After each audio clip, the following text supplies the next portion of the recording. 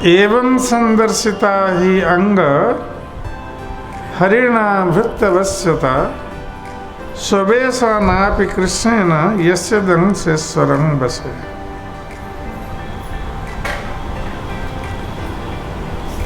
तो सुखदेव गोस्वामी महाराज परीक्षित से कह रहे हैं कि महाराज परीक्षित, आप देखिए भगवान कृष्ण की भृत्यवश्यता, भृत्य अर्थात सेवक, भक्त। भगवान किस प्रकार अपने भक्त के वशीभूत होते हैं, ये भगवान का एक गुण है। भगवान के तो अनंत गुण होते हैं, किंतु एक प्रमुख गुण है भगवान का भक्तवश्यता। ये भक्त के वशीभूत हो जाते हैं। भक्त के भक्ति से वशीभूत होकर भक्त जो चाहता है भगवान वही करते हैं। ये भगवान का एक गुण है। इसलिए जब दुर्वासा मुनि गए थे भगवान विष्णु के पास, क्योंकि महाराज अम्बरीश के चरणों में अपराध किया था दुर्वासा मुनि, और उस अपराध के कारण भगवान श्री कृष्ण का सुदर्शन चक्र, जो महाराज अम्बरीश की सुरक्षा में नियुक्त थे, सुदर्शन चक्र, वो दुर्वासा मुनि के पीछे दौड़ रहे थे उनका वध करने के लिए, क्योंकि उन्होंने महाराज अम्बरीश के चरण में अपराध किया है। तो दुर्वासा मुनि भगवान के सुदर्शन चक्र से अपनी रक्षा के लिए वो ब्रह्मा जी के पास गए, शिव जी के पास गए, और दोनों ने मना कर दिया। दोनों ने कहा कि ये तो भगवान विष्णु का चक्र है और इससे हम लोग बच नहीं सकते, तो हम आपको कैसे बचाएंगे। तो उन लोगों ने मना कर दिया। तब अंत में दुर्वासा मुनि को भगवान विष्णु के पास जाना पड़ा, और जब भगवान विष्णु की शरण में जाते हैं और उनको रक्षा के लिए प्रार्थना करते हैं सुदर्शन चक्र से, भगवान विष्णु भी मना कर देते हैं। भगवान कहते हैं दुर्वासा मुनि से कि हे ब्राह्मण, मैं स्वतंत्र नहीं हूँ तुम्हारी रक्षा करने के लिए अपने सुदर्शन चक्र से। तो दुर्वासा मुनि ने पूछा कि आप तो परम स्वतंत्र हैं, सारे संसार के स्वामी हैं, ईश्वर हैं, तो आप कैसे स्वतंत्र नहीं हैं, और आप अपना अस्त्र सुदर्शन चक्र है, उससे कैसे नहीं बचा सकते। तो भगवान ने कहा कि अहम भक्त पराधीन ही अस्वतंत्र इव द्विज। हे ब्राह्मण, मैं मेरे भक्तों का अधीन हूँ, इसलिए अस्वतंत्र। जब मैं भक्त का अधीन हूँ तो मैं कैसे परम स्वतंत्र हो सकता। इसलिए अस्वतंत्र इव, मैं अस्वतंत्र व्यक्ति की तरह, पराधीन व्यक्ति की तरह मैं भी हूँ, क्योंकि मैं अपने भक्त का अधीन हूँ। भक्त आमाके बांधी आछे हृदय भीतर। मेरा भक्त मुझे अपने हृदय में धारण कर लिया है। साधुनां ग्रस्त हृदय भक्त जनप्रिय। तो भगवान कहते हैं कि ये साधुगण मुझे अपने हृदय में धारण करते हैं।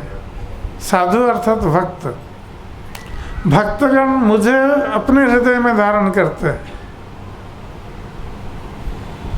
और मैं क्या करता हूँ, उन्हीं भक्तों को जो मुझे अपने हृदय में धारण करते हैं, मैं उन्हीं भक्तों को अपने हृदय में धारण करता हूँ। इसलिए भगवान कहते हैं साधु भी ग्रस्त हृदय,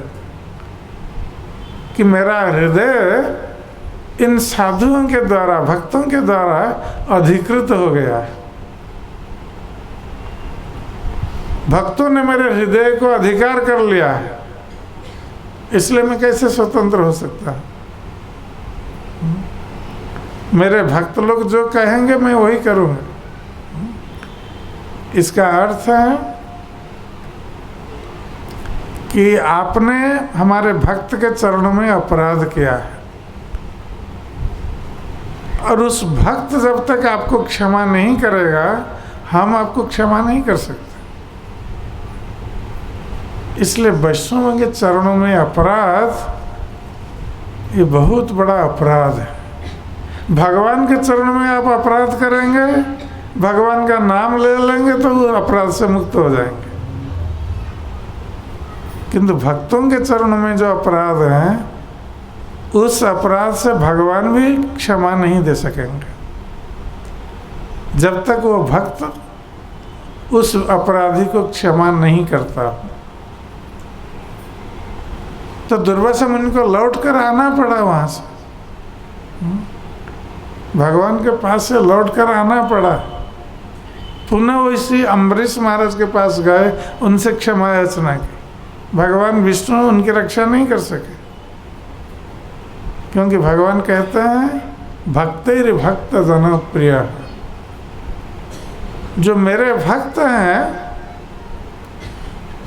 वो तो मेरे प्रिय है ही, भक्त जने प्रिय। भक्तों के जो जन हैं, पारिवारिक सदस्य हैं, ये भी मेरे प्रिय हो जाते हैं। तो भक्त तो भगवान का प्रिय होता ही है, भक्त से जो संबंधित हैं भक्त जन, वे भी भगवान के प्रिय बन जाते हैं। भगवान इतने भृत्य वत्सलता को स्वीकार किए, इतना भक्त वत्सल है, भक्त उनके परम प्रिय है। तो इसलिए सुखदेव गोस्वामी महाराज परीक्षित से कहते हैं ये भगवान की भृत्य वत्सलता है। कैसे भगवान अपने सेवकों के, भक्तों के अधीन होते हैं, कि अपने भक्त के द्वारा स्वयं बन जाते हैं, जो संसार के स्वामी हैं।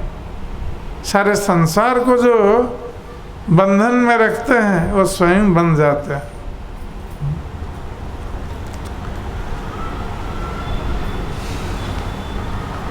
स्वबसे न अपि कृष्णेन यस्य इदं स ईश्वरं बसे।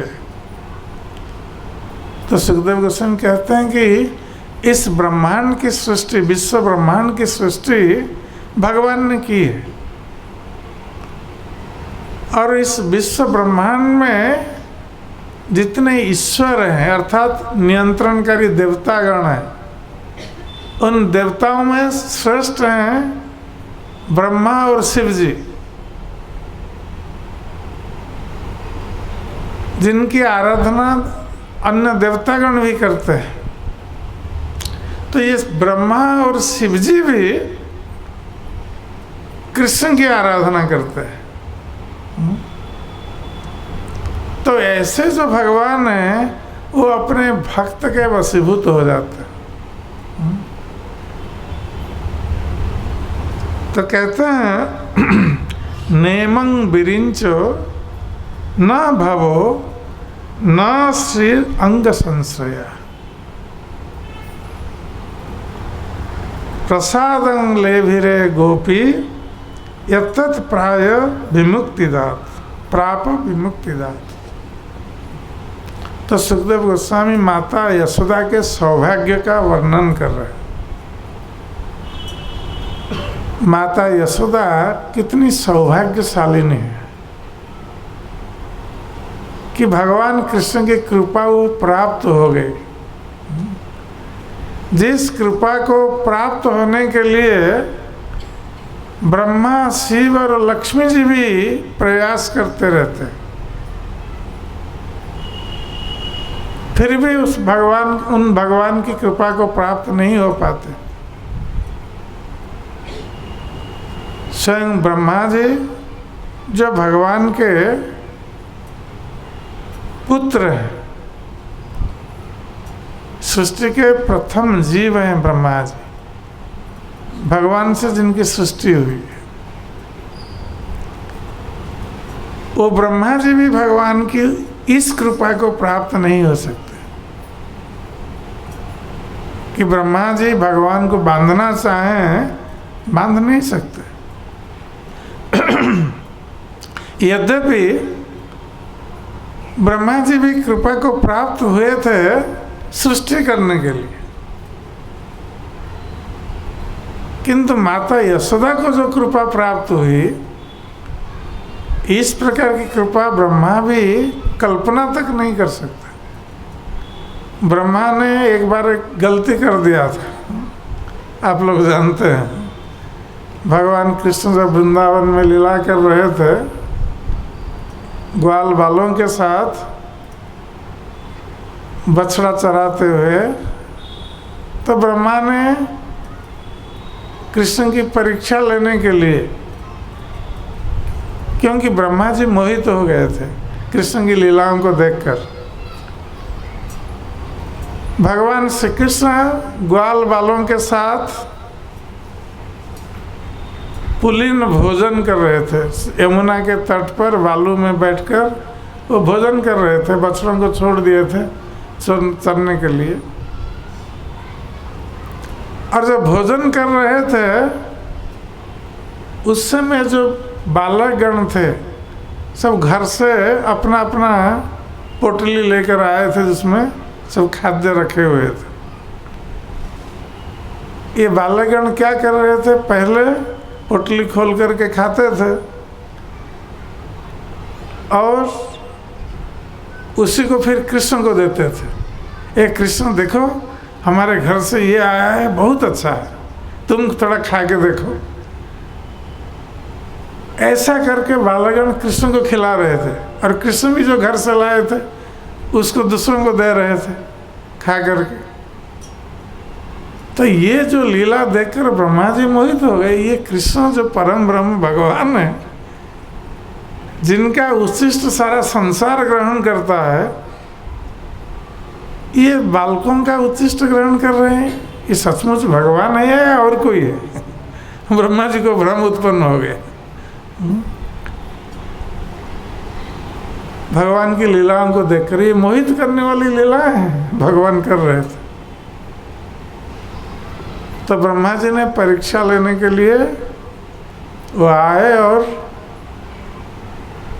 जब बछड़े दूर चले गए घास के लोभ से, तो दूसरे गोपगण जा रहे थे बछड़ों को लाने के लिए। तो कृष्ण कहा नहीं नहीं, तुम लोग बैठो और आराम से खाओ, मैं जाता हूँ बछड़ों को लाने के लिए।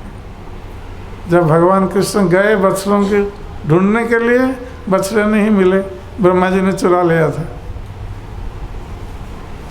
तो भगवान कृष्ण पुनः जब लौट करके आए गोप बालकों के पास जहाँ खा रहे थे लोग, वहाँ आकर देखते हैं गोप बालक भी नहीं है, वहाँ कोई नहीं, उनको भी चुरा लिया है ब्रह्मा जी ने। तो भगवान ने सोचा कि ये तो ब्रह्मा जी का काम है। ब्रह्मा जी ने ऐसा किया है हमारी परीक्षा लेने के लिए। तो भगवान ने क्या किया, अपने को विस्तार किया। जितने गोप बालक थे और जितने बछड़े थे उतने रूपों में अपने को विस्तार किया। ऐसे ही जिसका जैसा रूप, जैसा वस्त्र, जैसा स्वभाव, उसी रूप में विस्तार किया। और 1 साल तक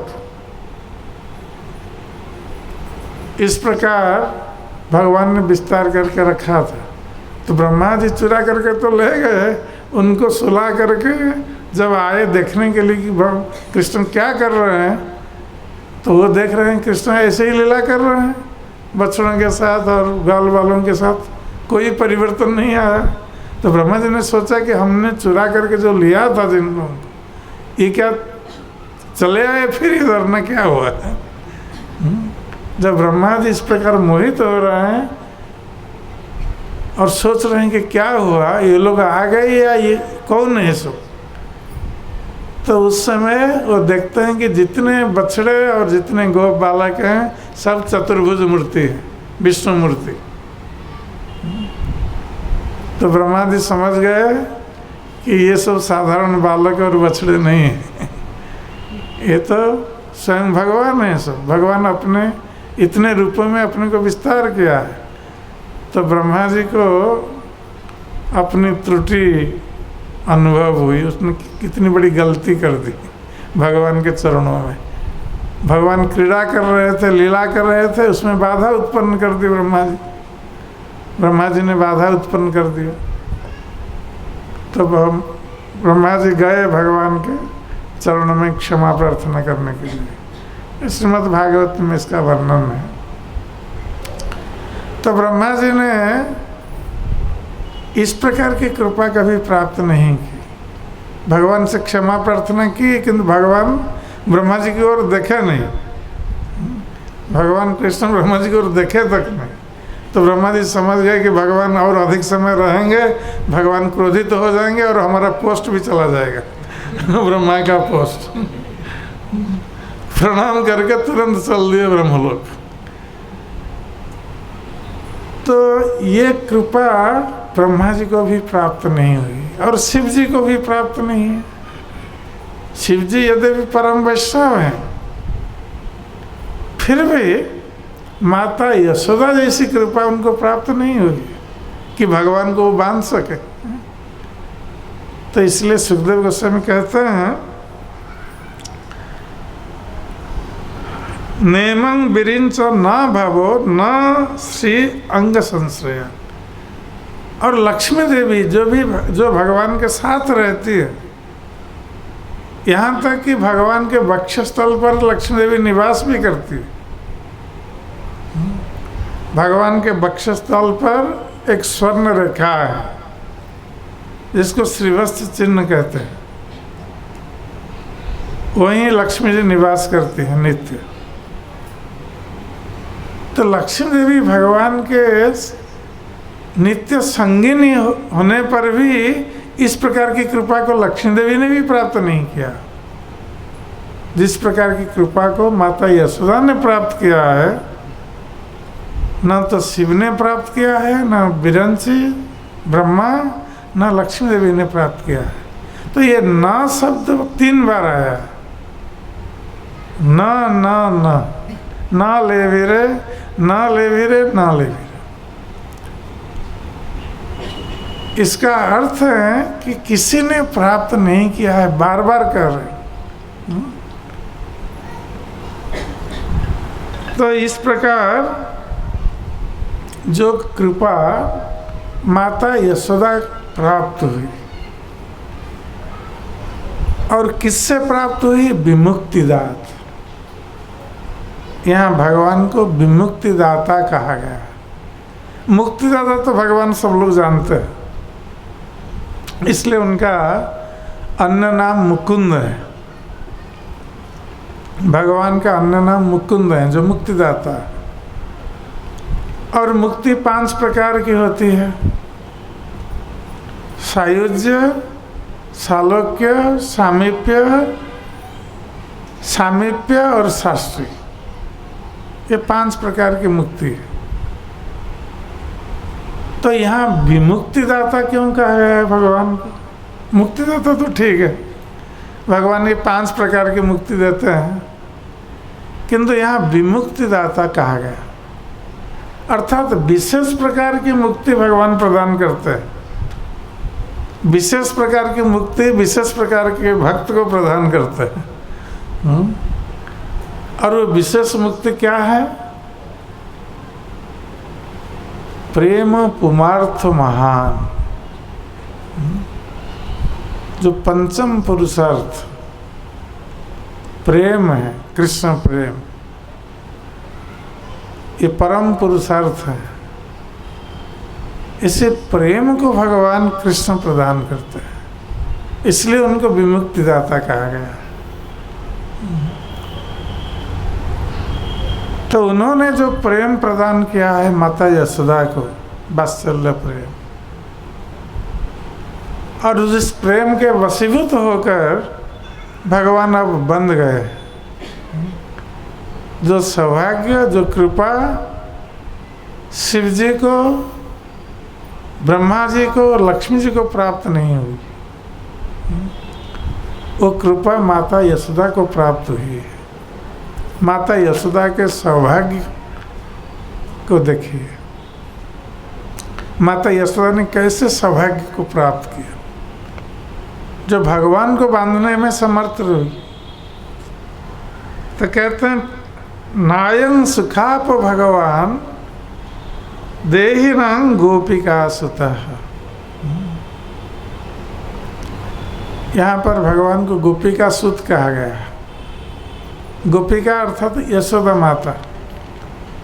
सभी लोग जानते हैं कि कृष्ण देवकी सुत है, देवकी नंदन। तो देवकी नंदन जो कृष्ण है वो वासुदेव कृष्ण है, किंतु यशोदा नंदन कृष्ण ये आदि कृष्ण, आदि पुरुष है, जो गोलोक वृंदावन में निवास करते हैं। और इस धरती पर जब अवतरित होते हैं, ये भौम वृंदावन में अवतरित होते हैं। इसलिए भगवान कृष्ण कहते हैं वृंदावनं परित्यज्य पादं एकं न गच्छति। वृंदावन को त्याग कर एक पग भूमि भी मैं बाहर नहीं जाता, सदा सर्वदा वृंदावन में निवास करता। तो ऐसे जो गोपिका सुत यशोदा नंदन है, तो ये ब्रजेंद्र नंदन कृष्ण ये माता यशोदा के ही पुत्र, माता यशोदा ने उनको जन्म दिया था। इसके संबंध में बहुत सारे लोगों को पता नहीं है कि माता यशोदा ने भी कृष्ण को जन्म दिया था, यशोदा नंदन कृष्ण। और सुखदेव गोस्वामी जो कहते हैं वो कभी मिथ्या नहीं कहते हैं, गोपिका सुत कह रहे हैं, माता यशोदा के पुत्र हैं। श्रीमद् भागवत में दूसरे स्थानों पर कहते हैं नंदस्तु आत्मज उत्पन्ने जाता लाद महामन। तो भगवान कृष्ण को नंद आत्मज कहा गया है, जो उनके शरीर से जन्म हुआ है जिनका। तो यदि नंद महाराज और माता यशोदा के कृष्ण पुत्र नहीं होते तो सुखदेव गोस्वामी ऐसा नहीं कहते। और इसका वर्णन भी हरिवंश और अन्य पुराणों में आता है कि माता यशोदा ने कृष्ण को जन्म दिया था।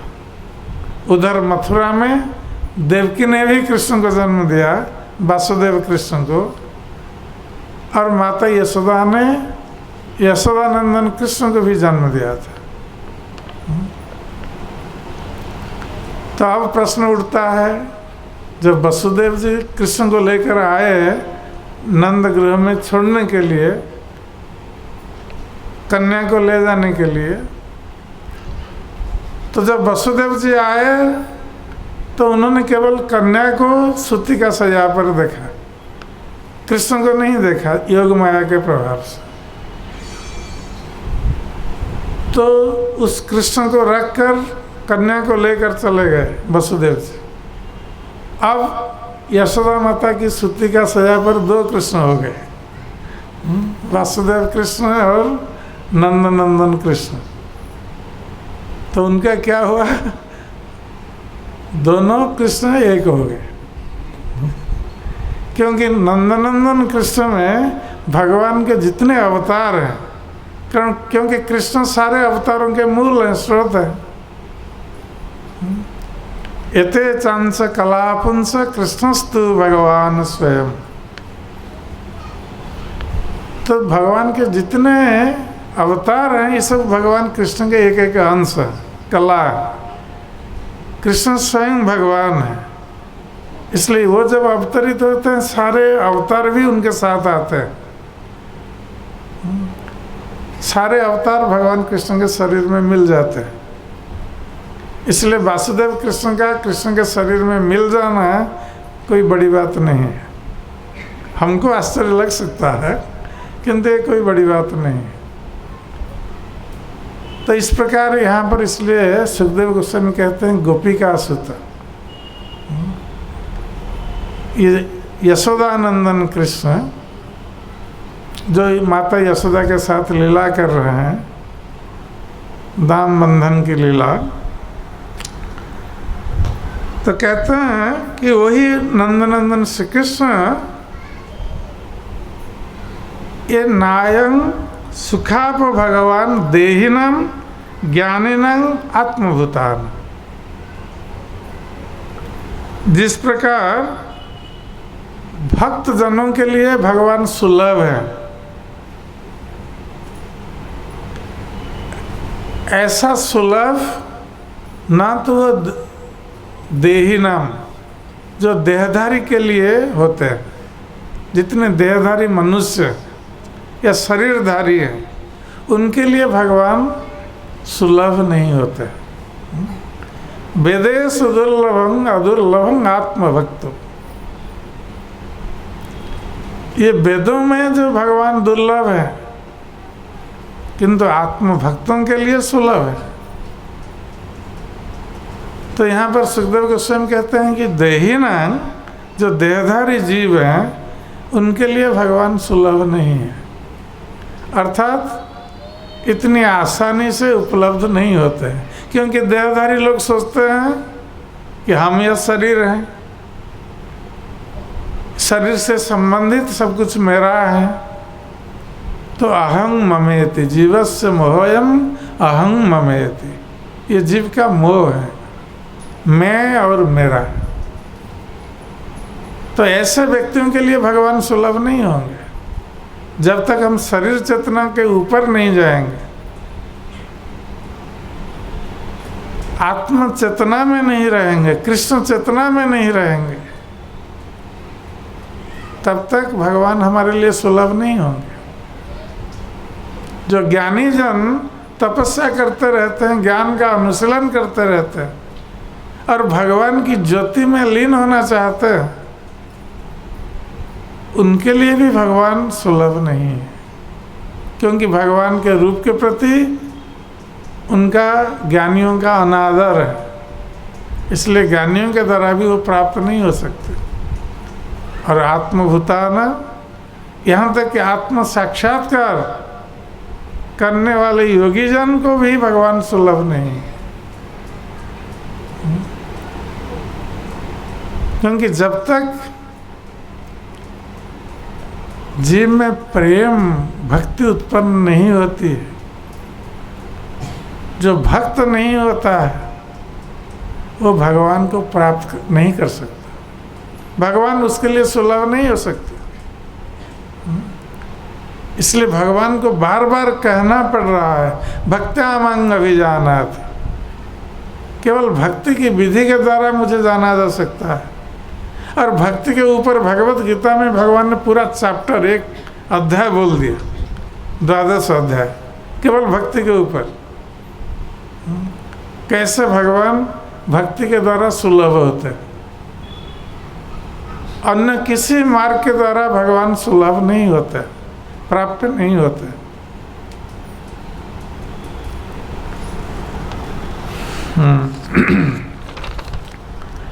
कृष्णस्तु गृहकृत्येषु व्यग्रायं मातरी प्रभु अद्राक्षित अर्जुनो पूर्वं गुह्यको धनतात्मजो।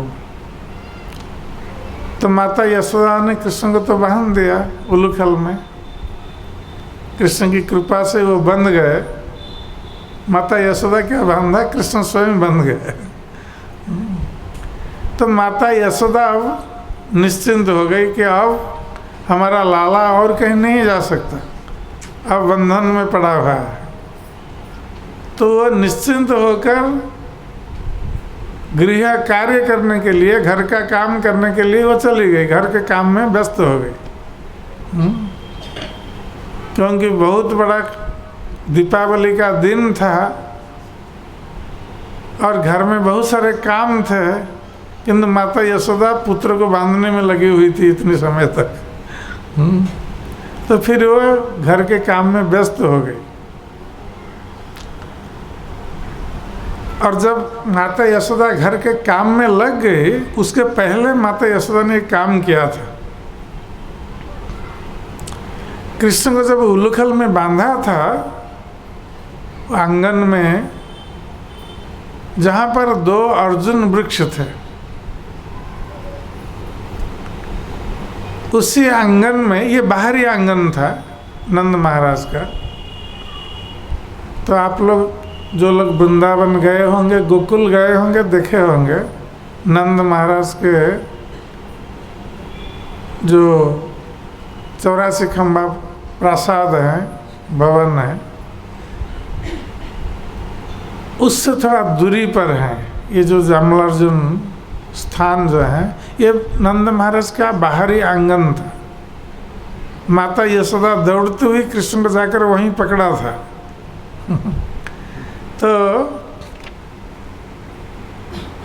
कृष्ण को बांध करके माता यशोदा ने कुछ छोटे छोटे बच्चों को, गोपाल बालकों को वहाँ कृष्ण की देखभाल करने के लिए छोड़ दिया था। उन्होंने कहा था कि तुम लोग यहीं रहो कृष्ण के पास,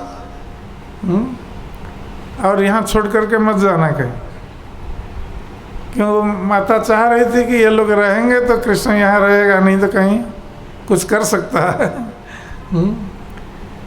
और कुछ कृष्ण करेगा तो ये बच्चे से वो आवाज़ करेंगे, चिल्लाएंगे, तो माता यशोदा को पता चल जाएगा कृष्ण कुछ कर रहा है।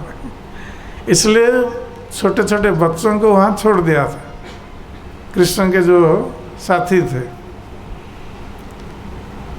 और उनको इस प्रकार कहकर वो घर के काम में व्यस्त हो गए।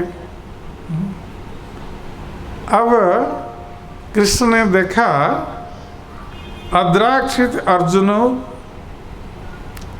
तो भगवान कृष्ण की दृष्टि अब तो बंद गए, माता का काम समाप्त हो गया, माता चली गई घर के अंदर काम करने के लिए।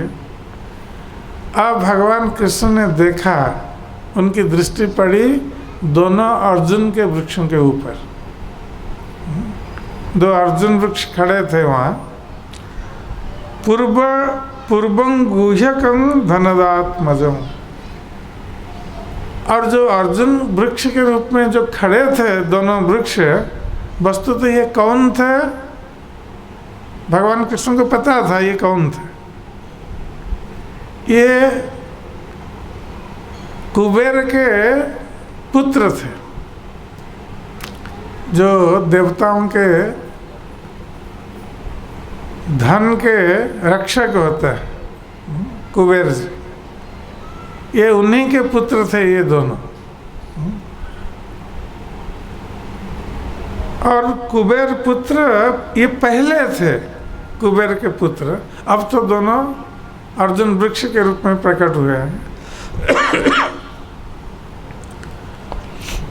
और भगवान कृष्ण स्मरण कर रहे हैं उनके पूर्व वृत्तांत का, कि ये पहले कुबेर के दोनों पुत्र थे, और पूरा नारद शापेन, और पूर्व में नारद मुनि के श्राप के प्रभाव से वृक्षतांग प्रापितो मदात, इन्होंने वृक्ष योनि को प्राप्त किया है।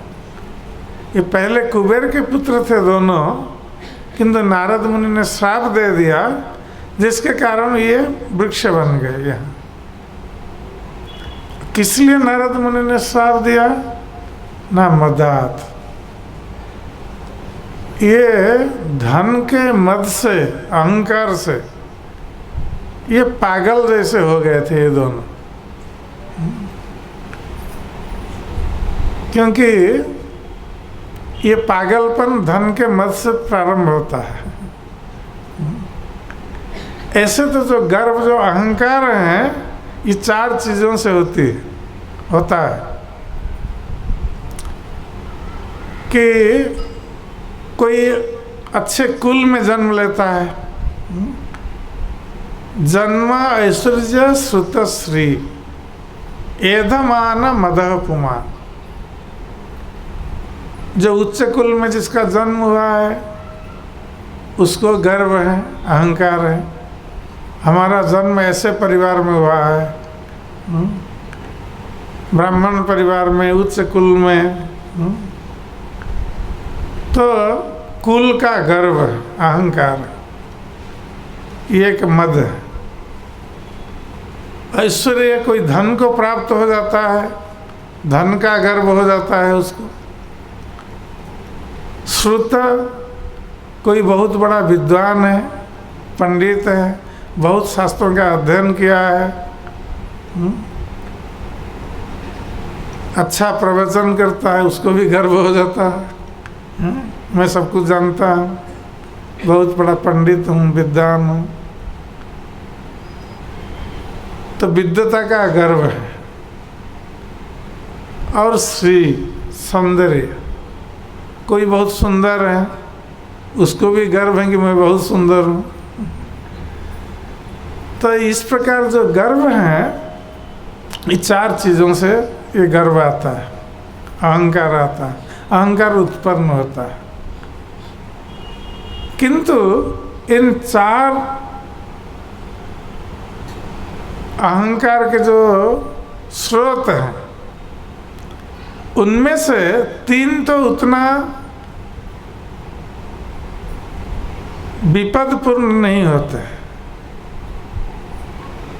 जो कुल का गर्व, विद्वता का गर्व या सौंदर्य का गर्व, ये इतना हानिकारक नहीं है। गर्व तो होता है किंतु वो उतना हानिकारक नहीं है जितना कोई ऐश्वर्य से जिसको गर्व होता है, अहंकार होता है। धन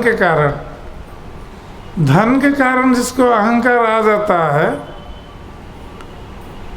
वो व्यक्ति नष्ट हो जाता है।